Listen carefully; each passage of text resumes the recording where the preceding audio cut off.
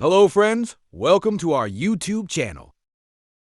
In this video, we will learn the use of Slicers function based on provided data. To introduce Slicers, we first need to convert data in the table. So after selecting data, press Ctrl and T. Now, we can use Slicer option in Insert tab. As you see filter options. But if we don't convert data into table and try to use filter option, it will not reflect any option. So again, convert data into table by Ctrl and T. Now, go on Insert tab and use Slicers. Click on Region tab. You can change the color of Slicers table. Slicers function is very helpful in the professional dashboards. After selecting color and design, you can move it. We make it more presentable by making adjustments. Now, place it here. Now, we only need to select Slicer option.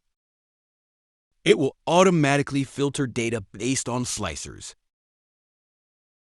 You can select multiple or all Slicer options as well. You can also place it in horizontal mode. Now, again select data for Slicers. Click on Region option. We need to make column to 4.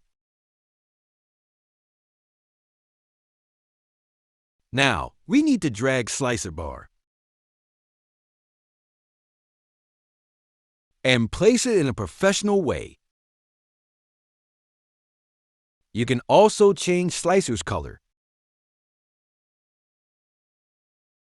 You can match Slicer's color with the provided data. Now, make it presentable. Now, drag Slicer bar. You can also make more presentable. After selecting, increase column width.